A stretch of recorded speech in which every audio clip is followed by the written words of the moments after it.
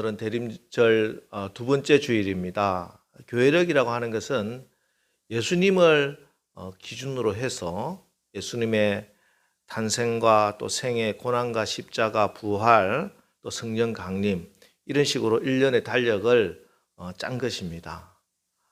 왜냐하면은 우리의 신앙의 중심에 항상 예수님이 계셔야 된다.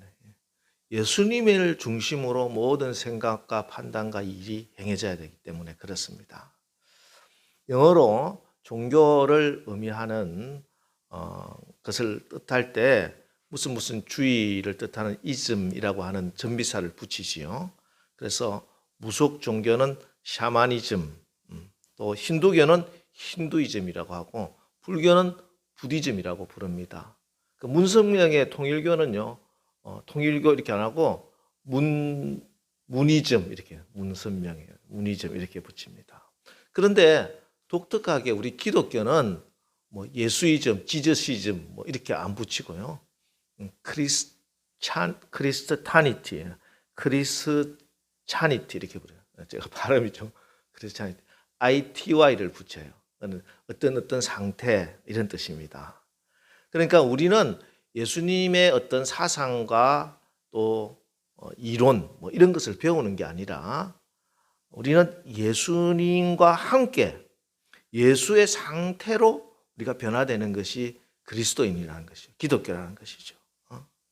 예수님과 더불어 나의 삶 속에 예수님이 드러나게 되는 거예요. 예수님이. 그렇습니다. 우리 기독교는 늘 앞을 봐도 예수, 뒤를 봐도 예수, 옆을 봐도 예수, 시작도 예수, 마침도 예수. 그래서 우리 기독교인들에게 가장 중요한 것은 바로 나에게 예수가 누구인가 하는 그 문제입니다.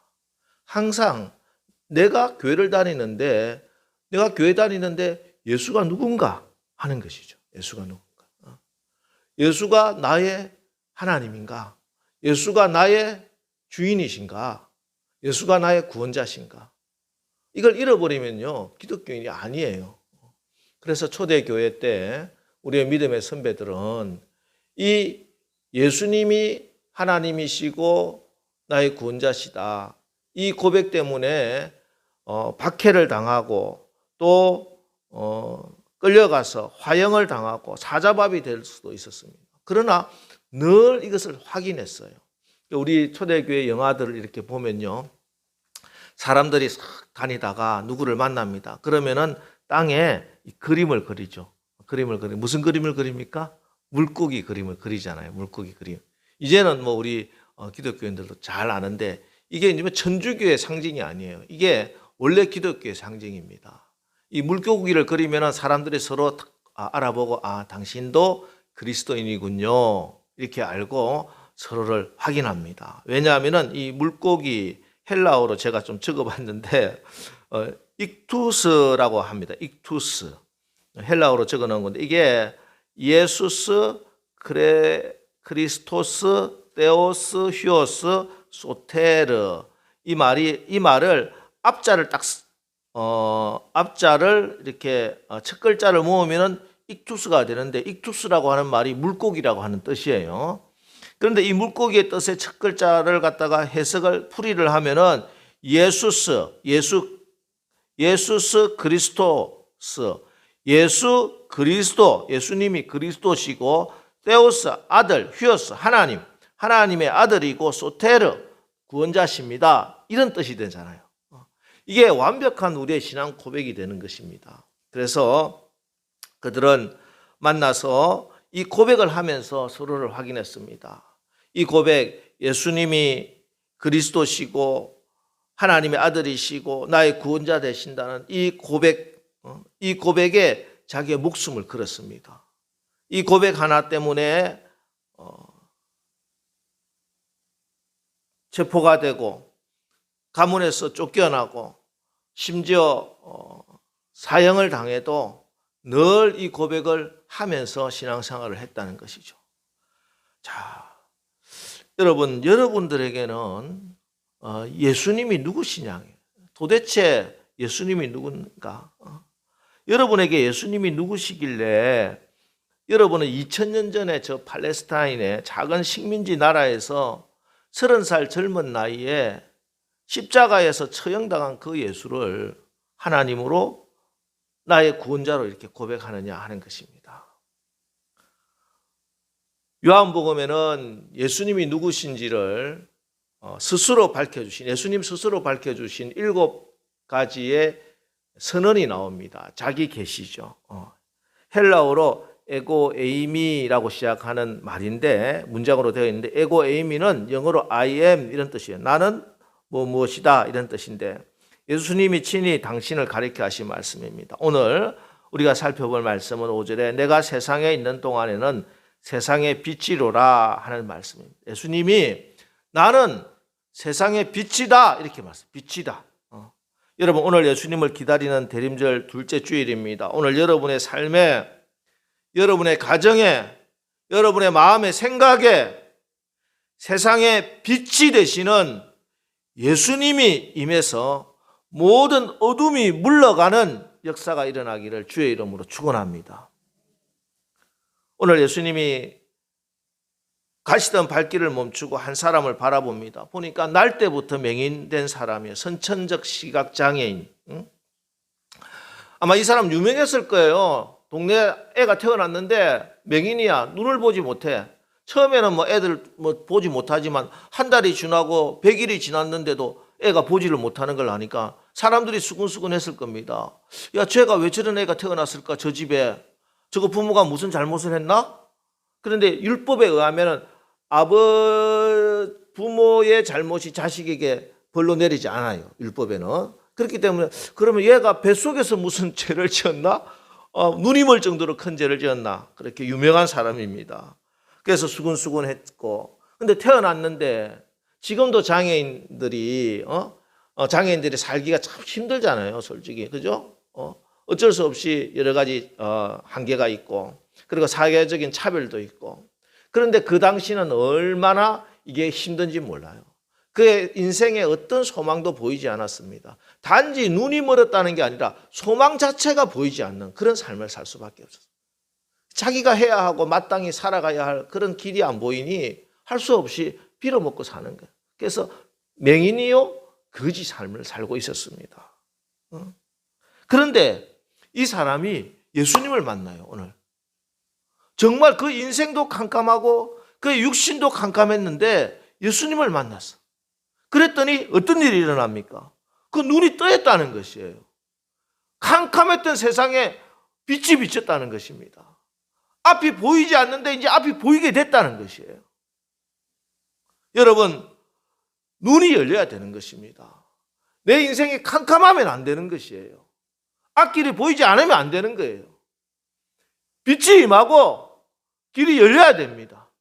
눈이 열려야 되는 줄 믿으시기 바랍니다. 여러분, 인생은요, 눈이 열려야 승리하는 삶을 살 수가 있어요. 인생에서 가장 중요한 일은 눈이 열려야 해요. 눈이 떠야 된다. 눈이 열리지 않으면 아무리 열심히 공부해도 망하게 돼 있어요.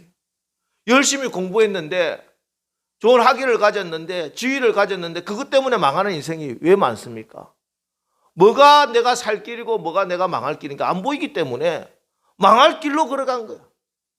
자기가 가지고 있는 지식과 힘과 돈과 권력 가지고 망할 길로 가서 망하게 되는 것입니다.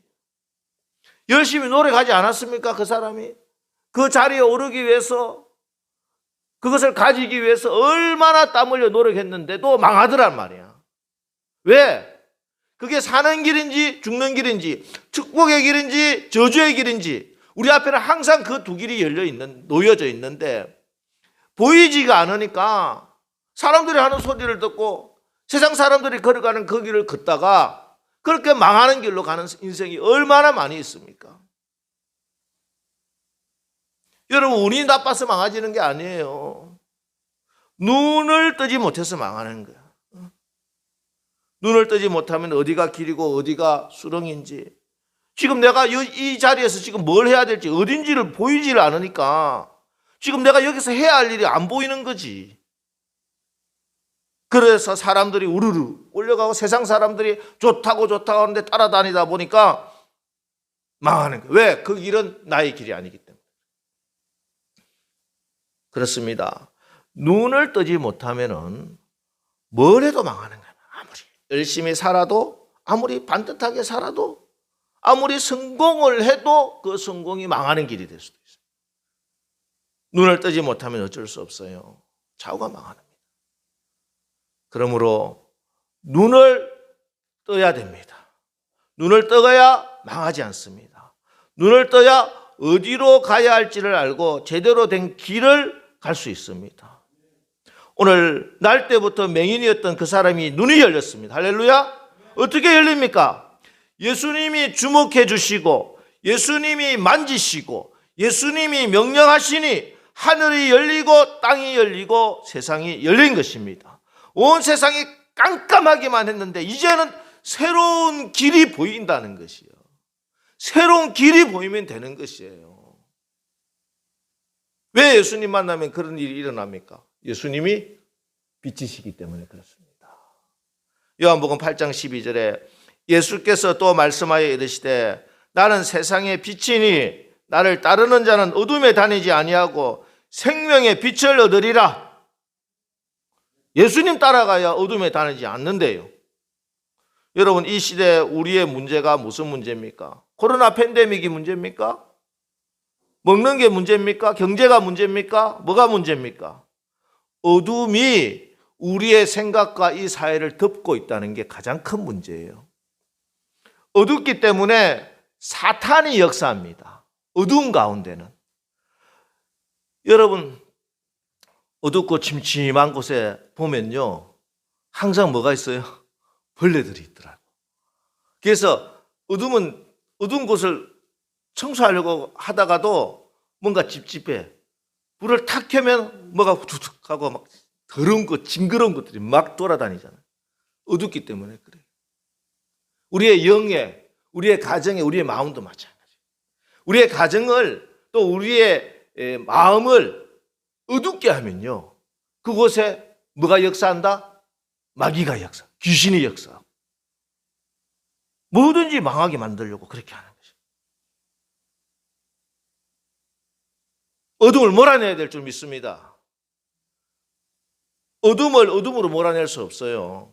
세상의 지식과 세상의 과학과 세상의 방법은 이 어둠을 어떻게 하든지 몰아내려고 그렇게 애를 씁니다. 그죠? 세상의 인본주의들도요, 세상의 정치 제도나 여러 가지 과학이나 사회 제도도 어떻게 하든지 이 사회의 어둠을 몰아내려고 그렇게 노력을 했어요. 지금까지. 어둠을 몰아내려고 온갖 방법을 다 했는데 이게 나온 그 지식이나 그 방법이나 그 문화나 그 모든 것이 어디서 나왔나 하면은 빛 대신 하나님으로부터 온 것이 아니라 어둠인 세상에서 나온 것이. 어둠으로 어둠을 몰아내려고 하니까 이 어둠을 몰아내기 위해서 이 방법을 썼는데 또 다른 어둠이 덮치고 있는 것이. 지금 우리가 당하고 있는 이 세상의 모든 문제들을 보면요, 다 어떻게 하면 그 문제, 어떤 세상에 있었던 문제를 해결해 보려고, 이 어둠의 문제를 해결해 보려고 세상의 방법을 쓰고 수단을 썼는데 이게 더 큰 어둠으로 덮이더라 말이에요. 여러분, 어둠은 어둠으로 몰아낼 수가 없습니다. 초등학생도 다 알아요. 그런데 그런 어리석은 짓을 인류 역사가 계속 해왔다. 계속 바벨탑을 쌓아 올리면은 하나님이 하시는 일을 할 것이라고 착각을 하고 바벨탑 쌓는 일을 하더라는 것이, 올라가 보려고 했다는 것입니다.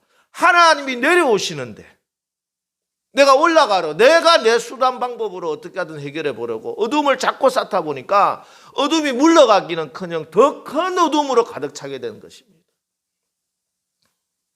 여러분,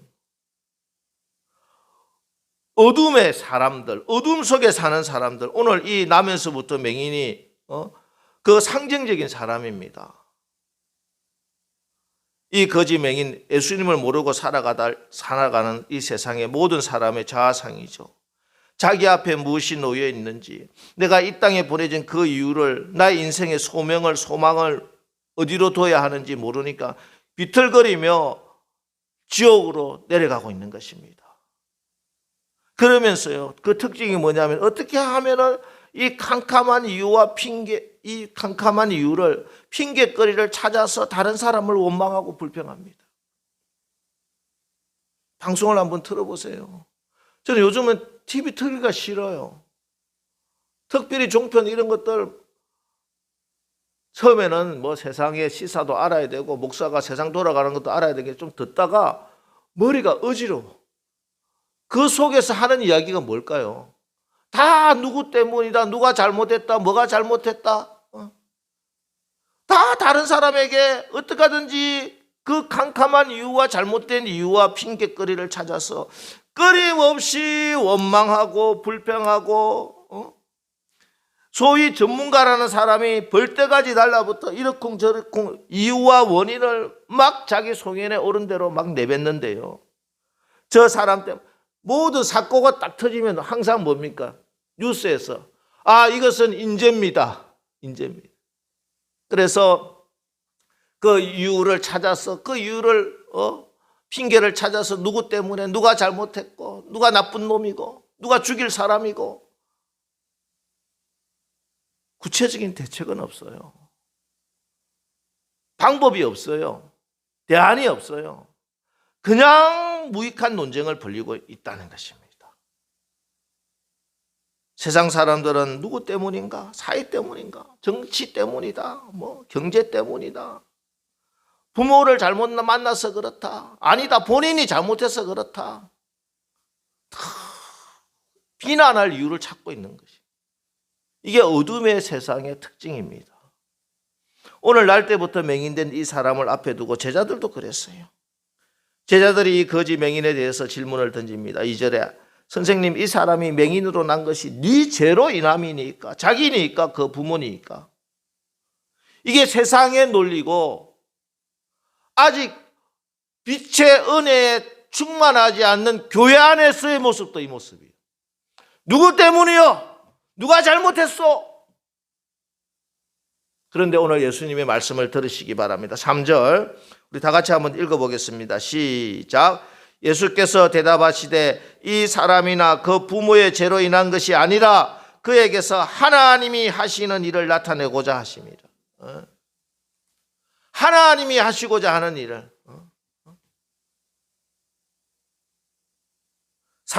이 사람이 맹인으로 태어난 것이, 이런 사고가 터진 것이 무엇 때문인지 정확히 알 수가 없어요. 한 가지 이유가 아닙니다.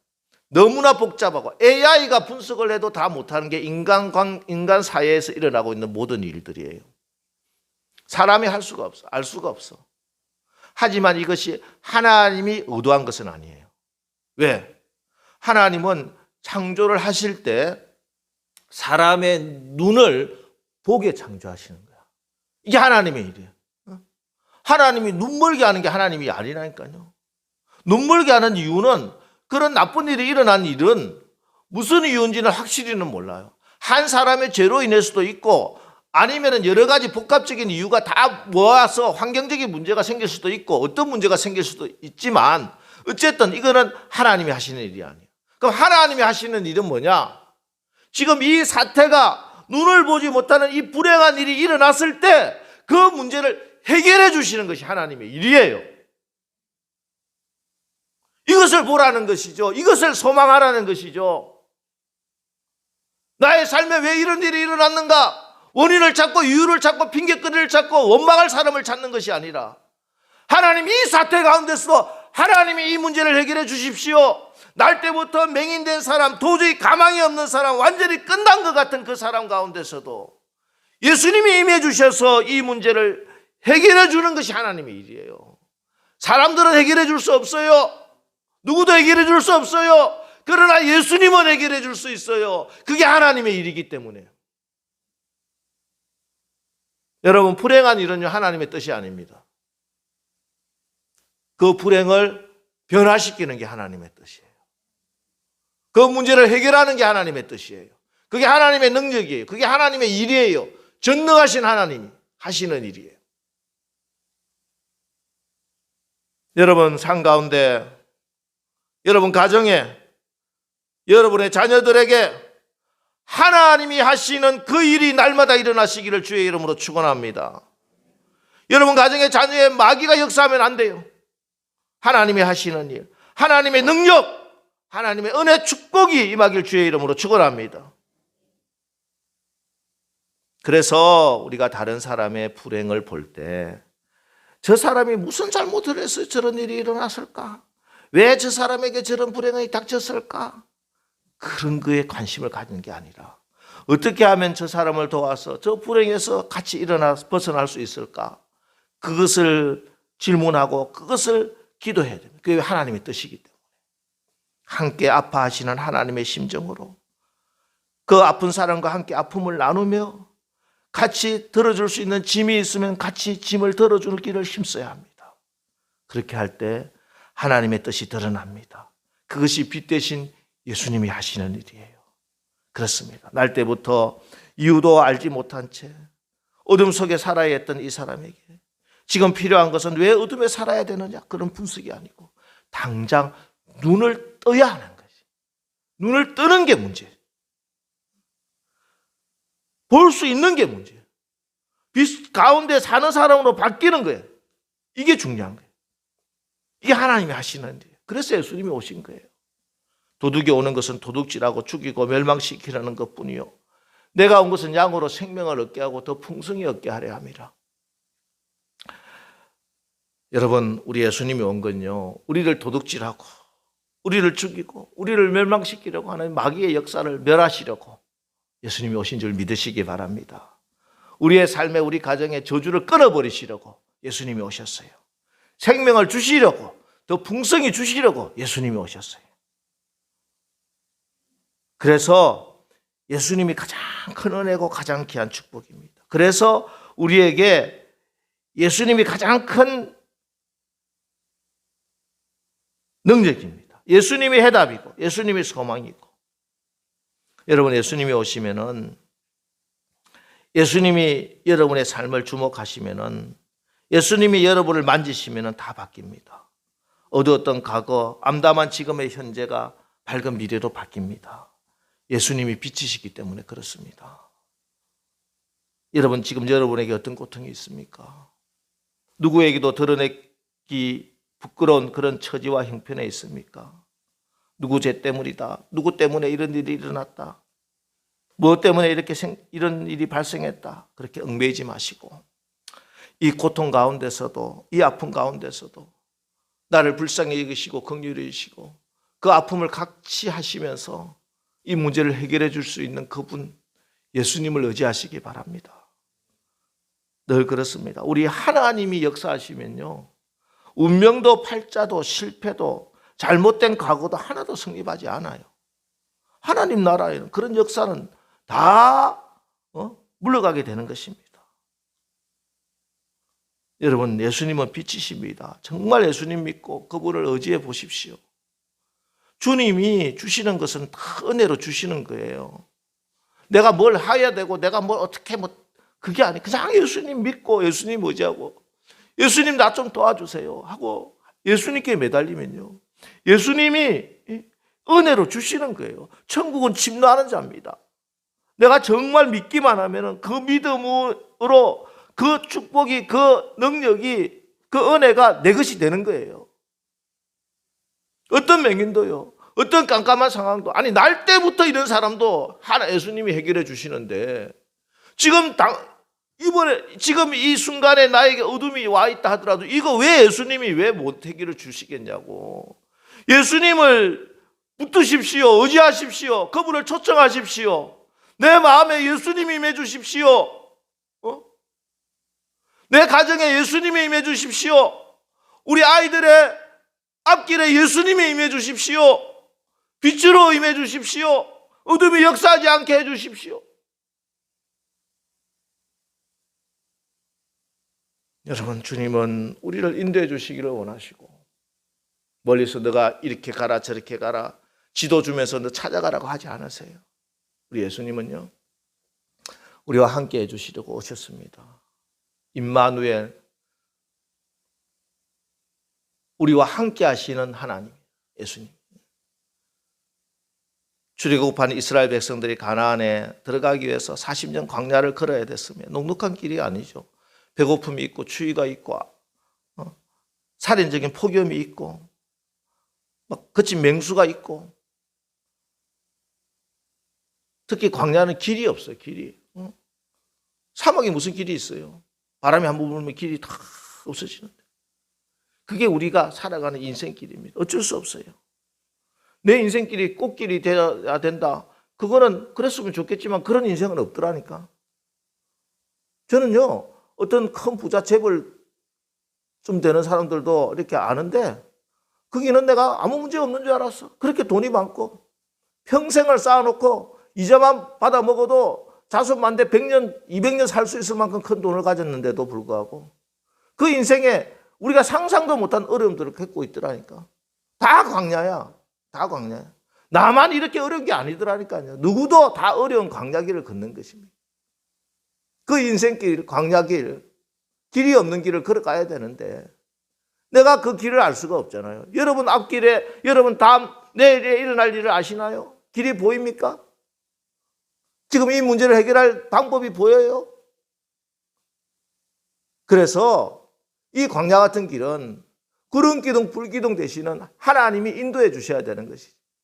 그 하나님과 하나님이 동행해 주시는 거예요. 같이 가자고. 너 힘드니? 내가 너를 안아서, 이사야서에 보면 안아서 이 광야길을 걷게 해주시고, 너무 힘들면요, 하나님이 안아서, 우리가 주저앉아 있으면 안아서 우리를 인도해 주시는 거예요. 하나님. 내 손 꼭 붙잡고 가시는 주님, 그분을 따라가시기 바랍니다. 그분의 손을 놓지 마세요. 예수님 손 놓지 마세요.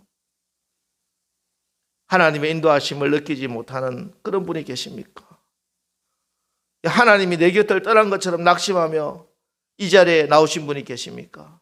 왜 내가 이런 어려움을 겪어야 하냐고, 왜 하필 내가 세상 사람들 당하지 않는 이 고난의 한복판에서 내가 왜 울어야 하느냐고 그렇게 낙심한 분이 계십니까? 아닙니다. 오늘 예수님이 여러분을 초청하십니다. 내가 빛으로 왔다. 내가 너와 함께 하려고 왔다. 나의 손을 붙들라. 어둠이 역사하지 못하게 하라. 여러분, 예수님과 함께 가는 거는 예수님이 무슨 이상한 모습으로 와가지고 뿅 나타나가지고 그래 내가 가자 이렇게 해서 하는 게 아니에요. 우리의 마음속에 늘 예수님이, 내가 예수님을 나의 구주로 영접한 이상 성령님이 우리 안에 계시기 때문에 어떤 상황 가운데서도 예수님은 우리에게 말씀하고 계십니다. 늘 말씀해 주세요. 어떤 상황에도. 그걸 여러분 아셔야 됩니다. 지혜롭게 분별해야 됩니다. 내 마음에 하나님이 말씀해 주고 계세요. 그래, 우리 이렇게 하자. 이게 좋은 거야. 이게 문제를 해결하는 거야. 그런데 마귀도 역사하는 거 아셔요? 어둠의 생각들이 아니야. 자존심이 있지. 아니야. 이거는 망할 길이야. 우리 가정은 망할 수밖에 없어. 우리 아이들은 망할 수밖에 없어. 그런 생각이 또 줘요. 어둠의 생각도 있고 밝은 빛도 생각도 있어요. 이 내 마음을 두고 이 두 생각들이 계속적으로 싸우고 있습니다. 이거는 예수 열심히 믿고 신앙이 좋아진다고 해결될 문제가 아니에요. 이거는 마찬가지, 목사도 마찬가지예요. 항상 어떤 일이 앞에 있을 때 이루고 싶은 마음도 있고 저루고 싶은 마음도 있어. 이때 예수님이 주시는 그 마음을 붙들으면 돼. 이 싸움은 끊임이 없어요. 바울도 그랬거든. 바울도, 그 위대한 바울도 내 마음속에 마귀가 역사하는 마음이 있고 하나님이 역사하는 마음이 있다고 이야기하잖아요. 여러분, 하나님이 나에게 주시는 그 마음을 붙들어서 하나님이 나의 삶에 역사하도록 그렇게 결단하시고 결정하시기를 주의 이름으로 축원합니다. 하나님이 주시는 마음을 붙들어야 돼. 그러면요, 어둠이 물러가는 거예요. 마귀가 역사하는 마음을 품으면요, 마귀는 죽이고 도둑질하고 죽이고 멸망시키려는 것뿐이에요.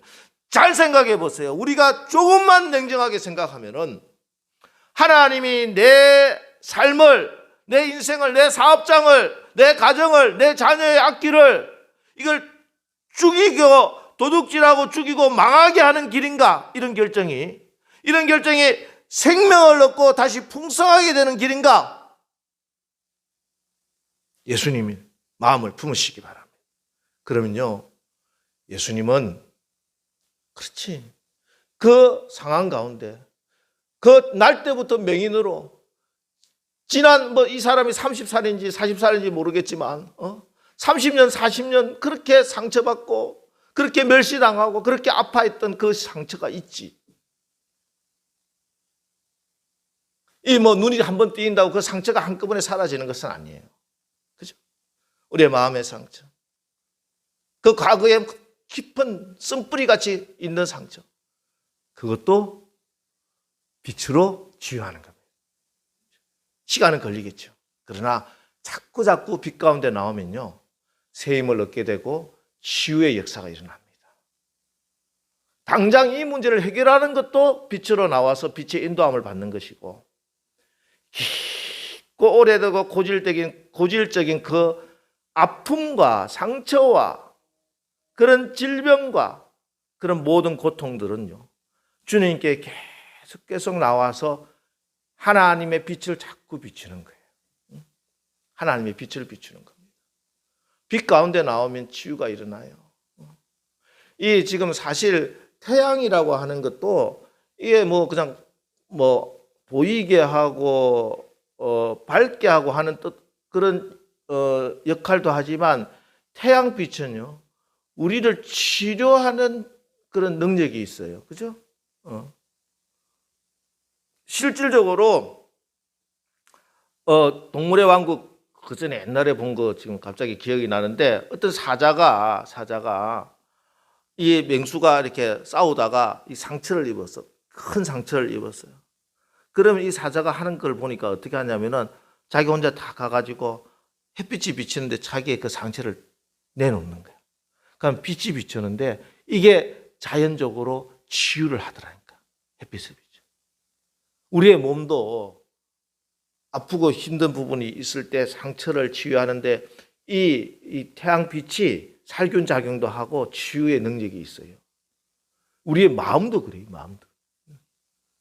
이 정신적으로 우울하고 우울증이 오고 이렇게 할 때 어떻게 하랍니까? 의사 선생님들, 정신과 의사 선생님들이 자꾸 나가서 햇빛을 보고 이게 산보를 하고 이게 그걸 하라고 하잖아. 햇빛 보면서 자꾸 하면은 이게 우리의 몸에 멜라토닌이라고 하는 그런 호르몬이 있는데, 이게 안 나오면 이제 우리 사람들이 우울증에 빠지게 된대. 근데 이게 햇빛을 보지 않으면 이게 이게 자면서 생성되는 호르몬인데, 햇빛을 보지 않게 되면 이게 자면서 그게 생성이 안 된대. 그러니까 우울해진다. 우리 영혼도 마찬가지예요. 영혼은 우리의 햇빛 되시는 분이 누굴까? 우리 예수님이에요. 주의 말씀입니다. 하나님 말씀 앞에 나오고 하나님의 은혜를 받고 예배 자리에 나오고 자꾸 하나님의 빛을 비추는 거예요. 오늘 이 자리도 여러분 나와서 예수님이 여러분의 영에 빛을 비추고 계신 거예요. 그러면은 여러분들도 모르게 그게 금방 이게 요술 부리듯이 싹싹 사라지고 그런 게 아니잖아요. 치료를 받는 게 눈에 보이지 않는데 시간이 지나고 서서히 아픈 것이 아물고 치유되는 것처럼 우리의 말씀 앞에 나오면요, 우리 주님이 여러분의 삶을 치유하십니다. 여러분의 가정을 치유하십니다. 여러분의 아픈 마음을 치유하십니다. 여러분의 나약한 자존감을 치유하십니다. 여러분의 악기를 치유하십니다. 여러분 자녀들과의 관계들 하나님이 치유해 주실 줄 믿으시기 바랍니다. 주의 빛을 비추면 돼요. 자꾸 주님 앞에 나오세요. 주님을 의지하세요. 여러분, 환경과 사람들이 여건이 여러분 가정을 불행하게 해서는 안 돼요. 우리는 축복받은 하나님의 자녀입니다. 행복해야 돼요. 하나님이 허락하신 시간이 얼마나 남았는데 앞으로 100년을 살 거예요? 10,000년을 살 거예요? 여기 대부분 사람들, 젊은 분들은 그렇지 않습니다만은, 앞으로 살 날이 지금까지 살아온 것보다 얼마 남지도 않았어요. 이 귀한 시간들 멋지게, 행복하게, 아름답게, 풍성하게, 생명력 넘치게 선하게 그렇게 살아가야 되는데 이 시간 놓치지 않 너무 아깝게 생각하시고 한시라도 빨리 주님의 빛 앞으로 나오시기 바랍니다.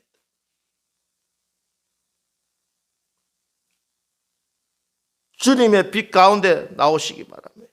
여러분의 영혼에 예수의 빛을 비추시고, 그래서 정말 답답하고 아무것도 보이지 않던 여러분의 앞길이 보이고 길이 열리고 모든 영육 간의 아픔과 질병이 다 치유함을 받아 온전하게 회복되게 하시는 하나님이 하시는 그 일을 이번 한 주간 여러분들이 체험하시고 그 하나님께 감사하시고 그 하나님께 영광 돌리시기를 주의 이름으로 축원합니다. 기도하겠습니다. 하나님, 연약하고 부족한 저희들을 사용하여 우리 하나님이 얼마나 은혜로우신 분이고 얼마나 위대하신 분인 그 하나님 증명해 주옵소서. 이 세상에 빛으로 오신 주님을 우리 가운데 모심으로 빛의 자녀로 거듭났음을 믿습니다. 생명의 빛으로 오신 예수 안에 있는 그 생명의 빛, 구원의 빛 우리에게 비추어 주시고 모든 더럽고 어두운 거 몰아내고 아름답고 건강하고 행복한 삶을 살게 하옵소서. 우리 가정에도 예수의 생명의 빛이 차고 넘치게 하시고 우리 사업장에도 주님의 풍성한 빛을 비추어 주셔서 우리 교회에도 예수의 은혜의 빛이 차고 넘치게 하여 주시옵소서. 그래서 빛의 열매, 아름답고 풍성한 열매들을 다 맺어 나가는 이번 한 주간 되게 축복하여 주옵소서. 예수님의 이름으로 기도합니다. 아멘.